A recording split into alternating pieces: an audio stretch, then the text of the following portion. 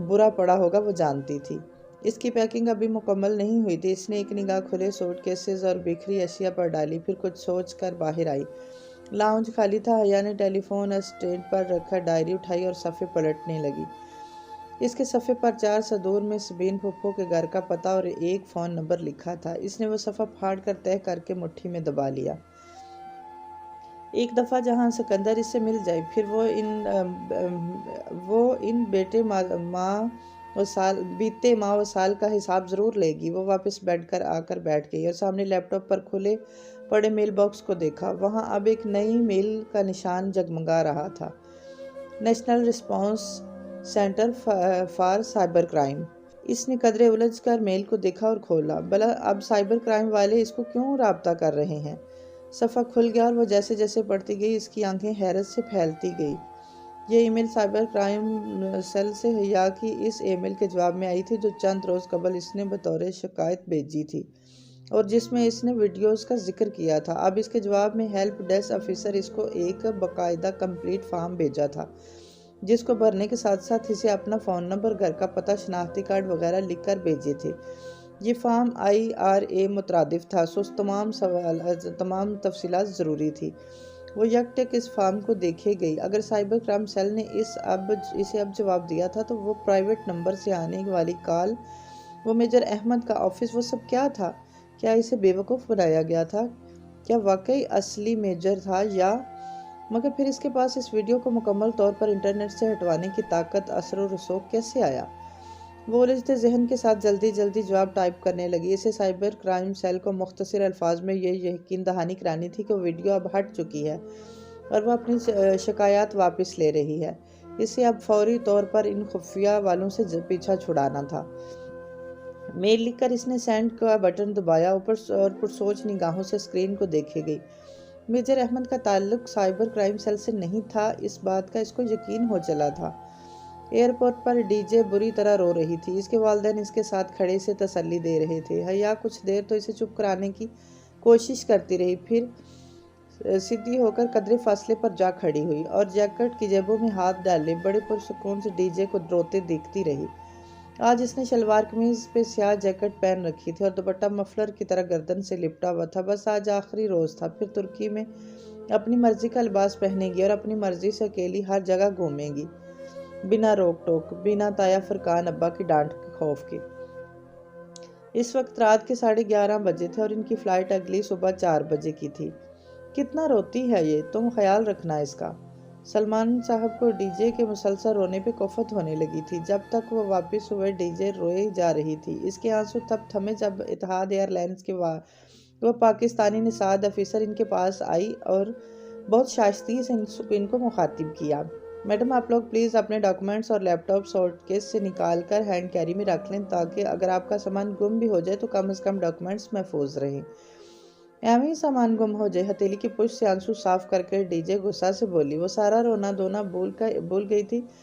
ہم نے hand carry میں اتنا بوجھ نہیں اٹھانا میم، یہی بہتر ہے کیونکہ بعض اوقات سامان گم بھی ہو جایا کرتا ہے۔ کہیں یہ نہ ہو کہ آپ کے بعد ازاں آپ کسی مسئلے سے دوچار ہوں۔ وہ اس طور کے ایئر لائن میں کم کرنے والی ایک پاکستانی نژاد تھی اور اس کی پہلی دفعہ بین الاقوامی فلائٹ لینے کے پیش نظر کہہ رہی تھی، اور حیا مان بھی جاتی مگر ڈی جے اڑ گئی۔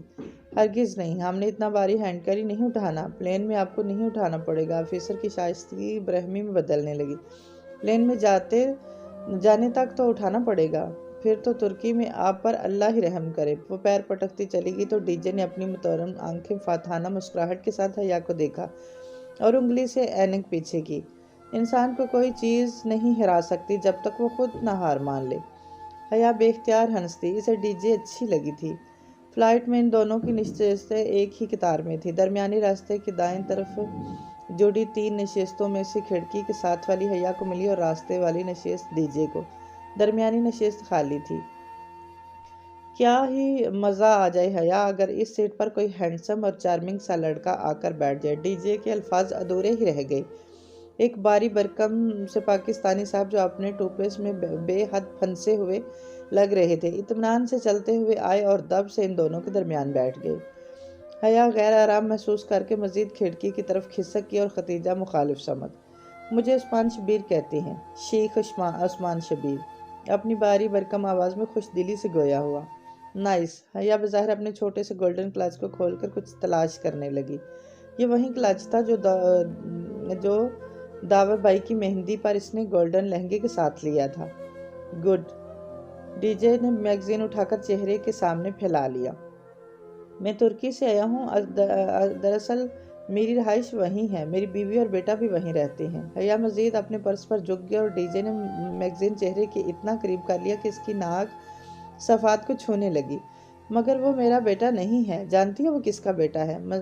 مزید نظر انداز کرنا بیکار تھا۔ حیا نے رخ عثمان شبیر کی طرف موڑ لیا اور ڈی جے نے بیزاری سے میگزین نیچے کر لیا۔ آپ بتائیں کس کا بیٹا ہے؟ عثمان شبیر کو شاید برسوں سے کسی سامع کی تلاش تھی۔ وہ اپنی داستان حیات فوراً ہی شروع کر بیٹھے۔ ڈی جے مسلسل جمائیاں روک رہی تھی اور حیا متی محسوس کر رہی تھی۔ وہ کل صبح کی جاگی ہوئی تھی اور اب صبح کے 4:30 بج رہے تھے۔ اوپر سے جہاز کا سفر۔ اس نے ڈی جے کے سامنے ظاہر نہیں کیا تھا کہ وہ پہلی بار جہاز میں بیٹھ رہی ہے۔ آخر ڈی جے کیا سوچتی کہ کیسی لڑکی ہے، کبھی ہوائی سفر نہیں کیا، اب کیا بتاتی کہ کبھی ایسی صورت ہی نہیں بن سکی۔ ان سب پر عثمان شبیر صاحب کی المناک داستان، جو مختصر کچھ ایسے تھی کہ وہ ان کی بیگم 30 سال سے ترکی میں رہائش پذیر تھے۔ چونکہ اولاد نہیں تھی اس لیے انہوں نے عثمان صاحب کے ایک کزن کا بیٹا گود لیا تھا۔ وہ بیٹا بے جا لاڈ پیار سے خاصی بگڑ چکا تھا۔ اس صورتحال کو سنوارنے کے لیے انہیں کہ کھو میں رہائش پذیر اپنی بانجی سے اس کا رشتہ طے کر دیا، جس میں 8ویں فیل بانجی صاحبہ بہت خوش اور بیٹا بہت ناراض تھا۔ اور اس سے بیشتر کہ وہ اپنی پاکستان آمد کی وجہ بیان کرتے مینیو کارڈ آ گئے اور وہ دونوں پھر سے تازہ دم ہو گئی۔ مینیو بھی کچھ نام جانے پہچانے اور کچھ اردو سے ملتے جلتے تھے۔ جیرا لود، سبز کٹلس، پنیر، جیل فری، سادہ پراٹھا، تیکھی بریانی وغیرہ۔ حیا نے ڈی جے کی طرف سوالیہ نظروں سے دیکھا۔ درمیان میں مہو باری برکم دیوار کے باعث وہ آگے ہو کر بیٹھی تھی۔ سمجھ نہیں آ رہا تھا کہ کیا منگوائیں۔ ٹرکش فوڈ بہت زبردست ہوتا ہے اور ترک لوگ کھانے کے بہت شوقین ہوتے ہیں۔ میں بتاتا ہوں کہ کیا منگواؤ۔ دونوں نے ایک دوسرے کو دیکھا اور پھر متذبذب سی حیا نے ہتھیار ڈال دیے۔ بہت بہتر، بتائیے۔ وہ گہری سانس لے کر پیچھے ہو کر بیٹھ گئی۔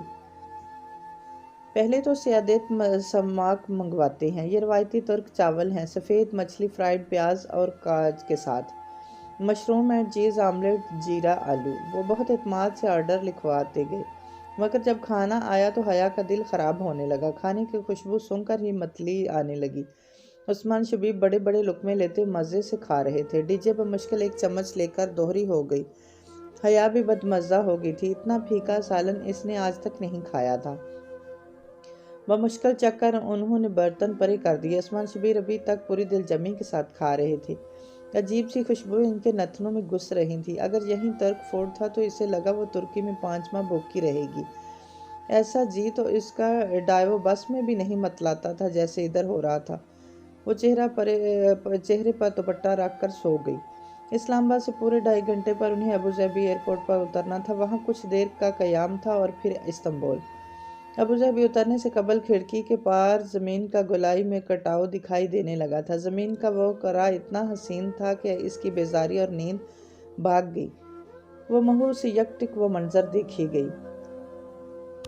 ابوظہبی ایئرپورٹ پر انہوں نے ٹرمینل 3 لینڈ کیا تھا۔ استنبول کی فلائٹ انہوں نے ٹرمینل 1 سے پکڑنی تھی، مگر پہلے گھر فون کرنا تھا۔ وہ دونوں آگے پیچھے تیز تیز چلتی کالنگ کارڈ خریدنے گئی۔ 5 یوروز کا اطلاعات کارڈ خریدا اور فون بوتھ کی طرف آ گئی۔ قطار میں فون بوتھ لگے تھے۔ حیا نے ایک ایک کر کے پہلے تینوں پر کارڈ لگانے کی کوشش کی، مگر کارڈ تھا کہ ڈلنے کا نام ہی نہیں لے رہا تھا۔ اسے ایئرپورٹ پر فون بوتھ استعمال کرنے کا پہلا تجربہ تھا۔ کچھ سمجھ نہیں آ رہا تھا کہ کیا کرے۔ حیا، اس بندے کو دیکھو، جیسے یہ کارڈ ڈال رہا ہے ویسے ہی ڈالو۔ ڈی جے نے اسے کہنی ماری تو حیا نے پلٹ کر اسے دیکھا۔ چوتھے بوتھ پہ ایک شخص ان کی طرف پشت کیے اپنا کارڈ ڈال رہا تھا۔ حیا کو دکھائی نہیں دے رہا تھا کہ وہ کون سا طریقہ استعمال کر رہا ہے، سو ڈی جے کا ہاتھ تھامے اس کے سر پر جا پہنچی۔ وہ صفر کان سے لگائے نمبر ملا رہا تھا۔ پلیز ہمیں یہ کارڈ ڈال دیں۔ میں اسے ڈال نہیں پا رہی ہے۔ یعنی اس کارڈ اس کی طرف بڑھایا تو وہ چونک کر پلٹا۔ وہ سیاہ رنگت گنگریالے بالوں اور اونچے قد کا نسلی حبشی تھا۔ اس نے ایک ہاتھ سے کارڈ لیتے ہوئے ان دونوں لڑکیوں پر نگاہ ڈالی۔ ایک سیاہ لمبے بالوں والی اور بڑی آنکھوں والی خوبصورت سی لڑکی جو کہ جیکٹ کی جیبوں میں ہاتھ ڈالے کھڑی تھی۔ دوسری بڑے چشمے اور ڈیلی پونی والی لڑکی جس نے سویٹر تہہ کر کے بازو پر ڈال رکھا تھا۔ دونوں منتظر سے اسے دیکھ رہی تھیں۔ اچھا میں ذرا بات کر لوں پھر۔ اسے شاید کان سے لگے ریسیور میں کوئی آواز سنائی نہیں دی تھی۔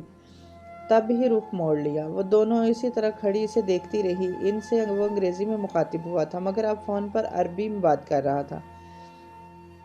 ڈی جے تو بور ہو کر ادھر ادھر دیکھنے لگی مگر شیئر اینڈ لا کے 5 سالوں نے حیا کو عربی اچھی طرح سے سکھا دی تھی۔ انٹرنیشنل اسلامی یونیورسٹی میں LLB کے پہلے برس اس کو عربی ہی سکھائی جاتی تھی اور ان کی کلاسز میں الجرین اور مصری اساتذہ انہیں عربی ہی لیکچر دیا کرتے تھے۔ میں استنبول آ رہا ہوں، وہ اب رخ پھیرے قدرے پریشانی سے کہہ رہا تھا۔ ہاں شام تک گھر پہنچ جاؤں گا۔ تم نے حارث کو ڈاکٹر کو دکھایا؟ اچھا کیا کہتا ہے ڈاکٹر؟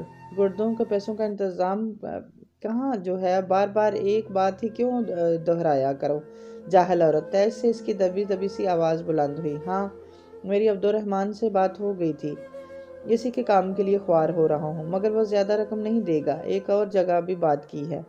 اس نے رک کر کچھ سنا اور پھر مزید جنجلاہٹ سے بولا، اچھا فون رکھ رہا ہوں، مرحبا۔ اس نے کھٹاک سے فون رکھا اور اس کی طرف پلٹا۔ سوری گرلز، چہرے پر بشاشت لاتے ہوئے وابن کا کارڈ لگانے لگا۔ پہلی ہی کوشش کامیاب ہوگی۔ وہ شاید کارڈ کو الٹا پکڑ رہی تھی۔ لیجیے۔ سیاہ فام نے ریسیور کی طرف بڑھایا پھر ان سے ہٹ کر دور چلا گیا۔ بس 1 منٹ کی کال کریں گے۔ حیا نے نمبر ملاتے ہی ڈی جے کو تنبیہ کی۔ سلمان صاحب نے پہلی گھنٹی پر فون اٹھا لیا۔ وہ چپ ہوئی کہ نہیں؟ توبہ کتنا روتی ہے۔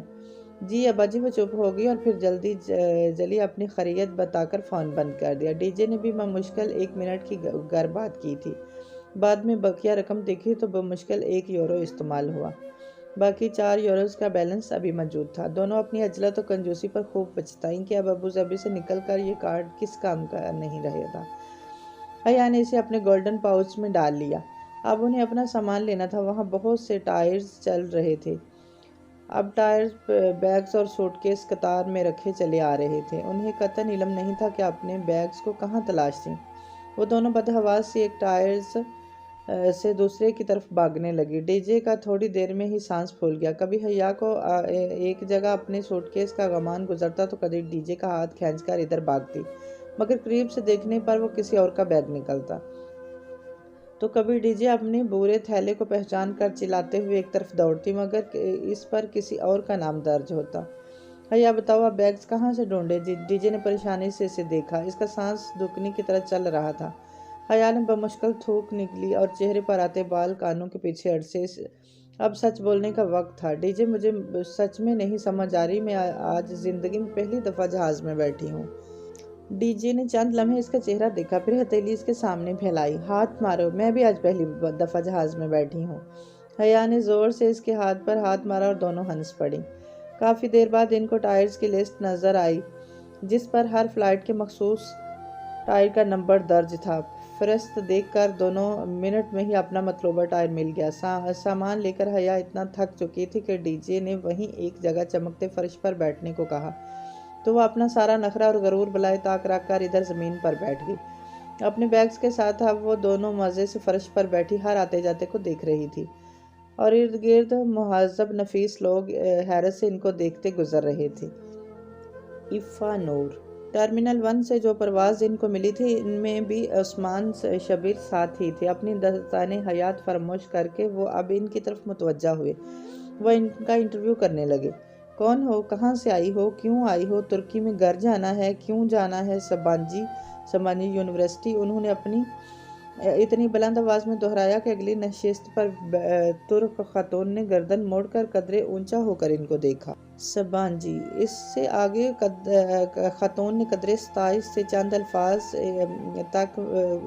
الفاظ کہے جو حیا کو سمجھ نہ آئے۔ جب سلمان شبیر نے اپنی باری برکم آواز میں کچھ کہا تو وہ خاتون قدرے گڑبڑا کر واپس رخ پھیر گئی۔ آپ نے ان کو کیا کہا؟ حیا نے کڑی نگاہوں سے انہیں گھورا۔ کچھ نہیں، تم بتاؤ یہ پاکستان میں والدین اتنے زیادہ خیال کب سے ہو گئے کہ جوان بچیوں کو اکیلے ترکی بھیج دیں؟ اکیلے نہیں، ہمارا پورا گروپ ہے، ہم 2 اسٹوڈنٹ ہیں اور باقی فیکلٹی ممبران ہیں جو 2 روز قبل روانہ ہو چکے ہیں۔ انہوں نے جیسے سنا ہی نہیں۔ خیر اب اکیلی جا رہی ہو تو اپنا خیال رکھنا کہ، اور پھر ان کا واز شروع ہو گیا، نماز پڑھا کرو، قرآن پڑھا کرو، پردہ کیا کرو، سچ بولا کرو، اللہ سے ڈرو۔ غرض ہر وہ بات جو اپنے بیٹے کی تربیت کے وقت انہیں بھول گئی تھی اب اچانک یاد آ گئی۔ حیا نے قدرے جھنجھلا کر رخ پھیر لیا۔ دوپہر 2 بجے کھڑکی کے اس پار نیچے، بہت نیچے، وہ پرفسوں منظر پھیلنے لگا۔ مرا مرا سا سمندر، اوپر بادل اور برف، یوں جیسے نیلی چادر سفید روئی کے گالے تیر رہے ہوں، اور اس منظر کے سحر میں کھوتی چلی گئی۔ جہان سکندر کا ترکی اس کے قدموں تلے تھا۔ یہ رکھ لو۔ پرواز اترنے کا اعلان ہونے لگا تو نہایت زبردستی عثمان شبیر نے اپنا وزٹنگ کارڈ اسے تھمایا۔ اس پر میرے گھر، سیل اور آفس کے نمبر لکھے ہیں۔ کبھی کبھار میں گھر پر بھی نہیں ملتا اور کبھی کبھار میرا سیل بھی آف ہوتا ہے، لیکن آفس کے نمبر پر میں ہمیشہ ملتا ہوں۔ میری سیکیورٹی کی فضولیات سے بچنے کے لیے ڈائریکٹ میری پرائیویٹ ایکسٹینشن ڈائل کرنا۔ وہ ہے 14، یعنی کیونکہ میری اور پاکستان کی تاریخ پیدائش 14 اگست ہے۔ رکھ لو، ضرور پڑ سکتی ہے۔ عثمان شبیر سے بمشکل جان چھوٹ رہی تھی۔ ان کو کبھی کال نہ کرنا اور دوبارہ ملاقات کا تصور ہی حیا کے لیے سہانے رو تھا۔ پھر بھی ان کے اصرار پر اس نے اپنی سنہری پاؤچ میں وہ کارڈ دیکھے بغیر رکھ لیا۔ اتاترک انٹرنیشنل ایئرپورٹ استنبول کی یورپی طرف واقع تھا۔ یہ اسے بعد میں علم ہوا تھا۔ البتہ جو بات اسے ہمیشہ سے معلوم تھی وہ یہ تھی کہ استنبول دنیا کا وہ واحد شہر ہے جو 2 خطوں کو باہم ملاتا ہے، یورپ اور ایشیا۔ استنبول کے 2 حصے تھے، ایک یورپی طرف کہلاتا تھا اور دوسرا ایشیائی طرف۔ یہ اناتولین طرف کو عام طور میں پرانا شہر بھی کہا جاتا تھا۔ وہ دونوں جب اپنے سامان کی ٹرالیاں دھکیلتے آگے آئیں تو رومی فارم کے دوران کان ان کو مل گئے جو انہیں لینے آئے ہوئے تھے۔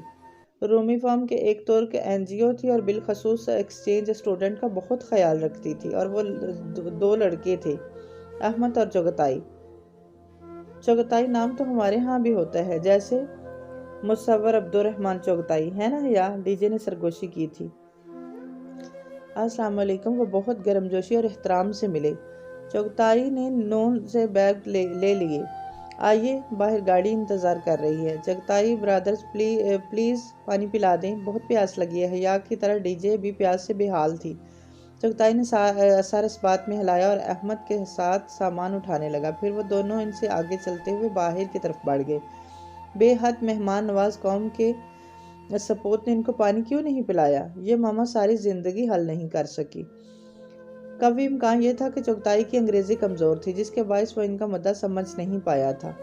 باہر نکلنے سے قبل انہوں نے اپنی رقم ترک لیر اور یوروز میں تبدیل کروا لی تھی۔ 1 لیرہ پاکستانی 25 روپے کا تھا اور 1 یورو 125 کا۔ 55 1 to 55 55 125۔ ڈی جے زیر لب کرنسی کی مالیت کا حساب لگاتی اور ان کی قیمت یاد کری باہر آ گئی۔ ایئرپورٹ کا دروازہ کھلتے ہی یک وقتہ ہڈیوں میں گھستی خون منجمد کرتی لہر نے ان کا استقبال کیا کہ چند لمحوں میں حیا کے ہونٹ نیلے پڑنے لگے۔ یہاں مری اور ایوبیا کی سرد ترین ہوا سے بھی کئی گنا سرد ہوا چل رہی تھی۔ حیا نے بے اختیار بازو سینے پر لپیٹ لیے، وہ ٹھٹھرنے لگی تھی۔ ان کا سامان خاصا وزنی اور بے تحاشا تھا۔ دونوں لڑکے سرمئی رنگ کی ہائیس میں بیگز رکھتے رکھتے ہانپ گئے تھے۔ آپ واقعی صرف 5 ماہ کے لیے آئی ہیں؟ چغتائی نے سادگی سے پوچھا تو احمد نے موضوع بدل دیا۔ ہماری روایت ہے کہ جو بھی اتاترک ایئرپورٹ سے استنبول آتا ہے، ہم اسے بہت سے پہلے سلطان ابو ایوب انصاری کے مزار پر لے کر جاتے ہیں۔ اس سے اس کا ترکی میں قیام اچھا گزرتا ہے، احمد کہہ کر بیگ گاڑی میں رکھنے لگا تو ڈی جے نے سرگوشی کی، مگر حیا یہ تو ہم پرستی اور شرک۔ اس نے زور سے کہنی مار کر ڈی جے کو خاموش کروایا، پھر اندر بیٹھتے ہوئے دبی آواز میں گرکا، میزبانوں سے اس سردی میں بحث کی تو وہ تمہیں یہاں چھوڑ کر چلے جائیں گے پاگل، صبح تک منجمد ہو کر پڑی ہوگی، اور آئندہ ترکی آنے والے سب سے پہلے تمہارے منجمد مجسمے کی زیارت کیا کریں گے۔ احمد کو ٹوٹی پھوٹی انگریزی آتی تھی، صبح سارا راستہ گرد و پیش کے متعلق بتاتا رہا ہے۔ حیا کو اس سفر نامے سے دلچسپی نہ تھی۔ سرخ پھیرے کھڑکی کی باہر دیکھنے لگی۔ وہ جو امریکی فلموں والی بالاتر عمارتوں کی آس لگائے بیٹھی تھی قدرے مایوس ہوئی، کیونکہ استنبول شروع میں تو یوں لگا جیسے اسلام آباد ہو، مگر آہستہ آہستہ غور کرنے پر معلوم ہوا کہ نہیں، وہ واقعی یورپ تھا۔ دکانوں کے چمکتے شیشے، سڑکیں، مغربی لباس میں پھرتے لوگ، دکانوں کی چھتوں اور درختوں اوپر پڑی برف اور سڑک کنارے بچھی برف کی تہہ گویا سفید گھاس ہو۔ عجیب بات تھی کہ اس قہر اور سردی میں بھی ترک لڑکیاں بڑے مزے سے منی اسکرٹ میں ملبوس ادھر ادھر گھوم رہی تھیں۔ خدا کرے آج رات برف نہ پڑے، چغتائی نے موڑ کاٹتے ہوئے ایک پرتشیش نگاہ باہر برف زار پر ڈالی۔ ہاں، خدا کرے رات واقعی برف نہ پڑے، احمد نے تائید کی۔ حیا اور ڈی جے نے ایک دوسرے کو دیکھا اور پھر ڈی جے آہستگی سے اردو میں بڑبڑائی، ایویں نہ پڑے۔ خود تو برف باری دیکھ کر اکتا چکے ہیں، ہمیں تو دیکھنے دیں، اللہ کرے رات برف ضرور پڑے، آمین ثم آمین۔ حیا نے دل ہی دل میں اس کی تائید کی۔ ونڈو اسکرین کے اس پار یورپین شہر کا اختتام دکھائی دے رہا تھا، آگے نیلا سمندر بہہ رہا تھا اور اس کے دوسری طرف استنبول کا ایشیائی حصہ آباد تھا۔ دونوں حصوں کو ایک عظیم شان پل نے جوڑ رکھا تھا، وہ دونوں کا ملاپ، دو تہذیبوں کا سنگم۔ مرمرا کے سمندر کا جو حصہ استنبول کے درمیان سے گزرتا ہے اسے بوسفورس کا سمندر کہا جاتا ہے۔ اس پل کا نام بھی بوسفورس برج ہے، احمد بتانے لگا۔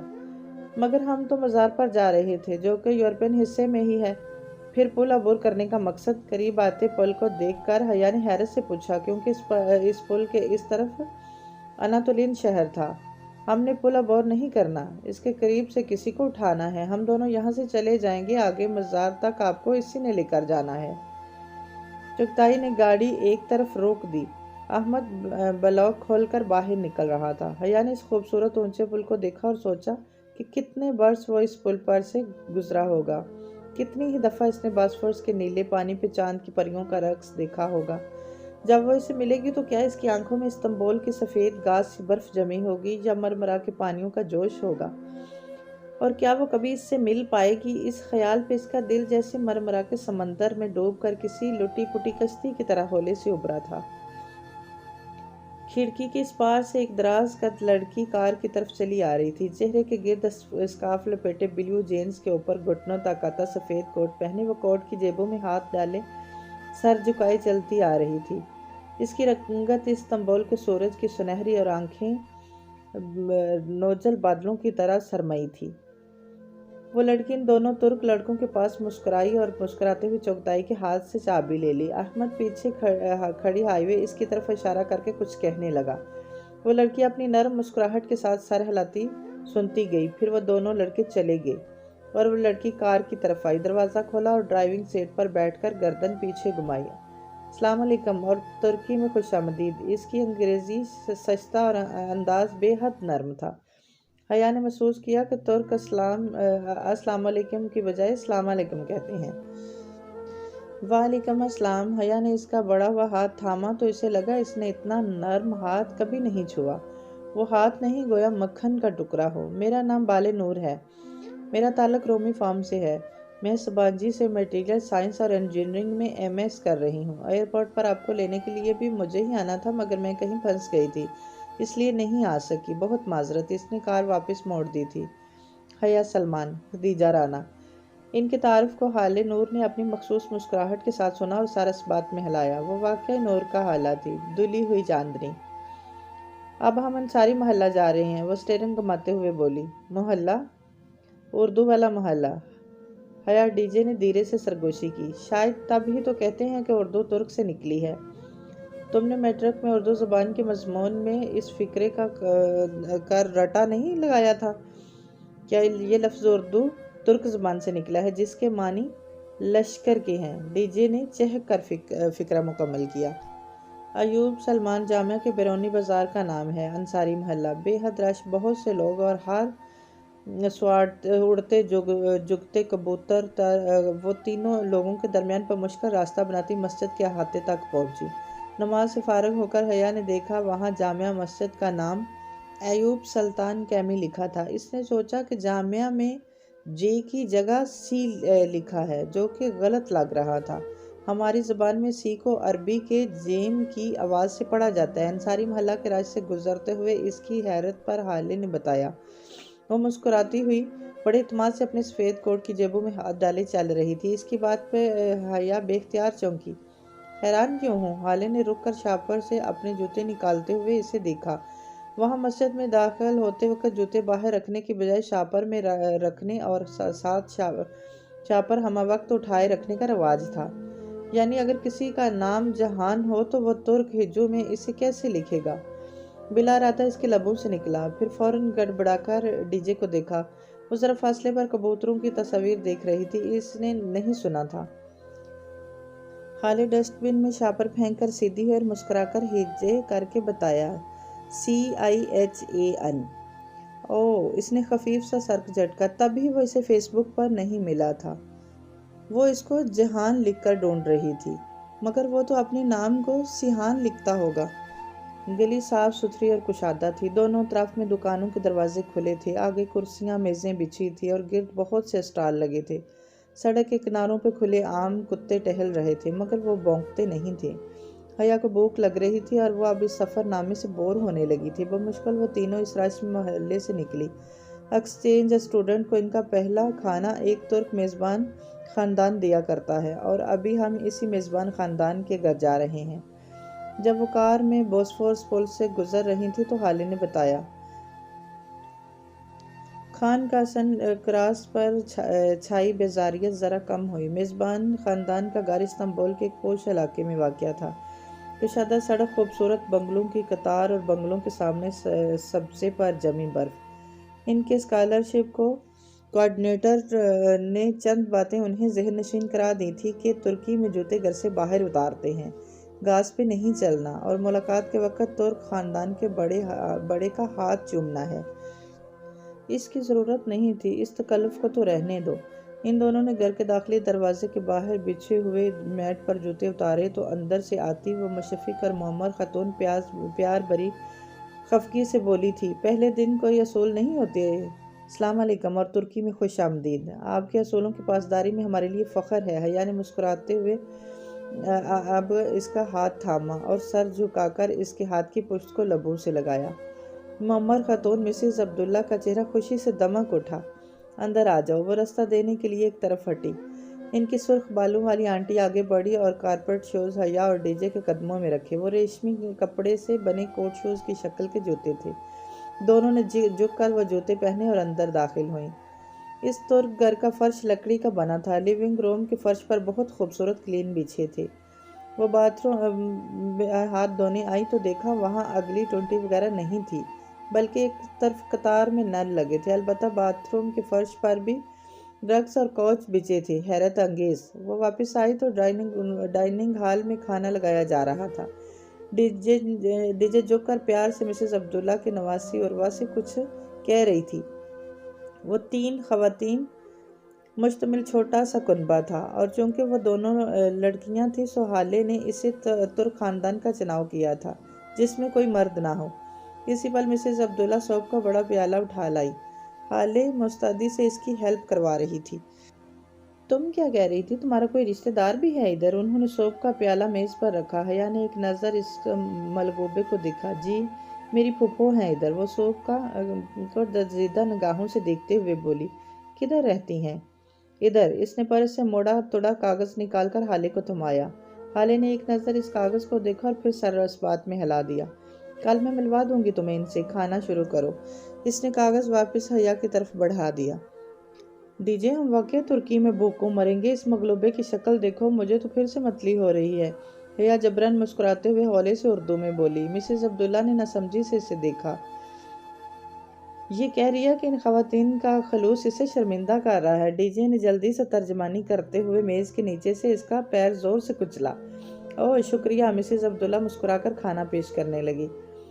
سوپ دراصل مسور کی دال کا شوربہ تھا، اور اردو جیسی ترک میں اسے چوربا کہتے تھے۔ وہ ذائقے میں شکل سے زیادہ مزہ تھا۔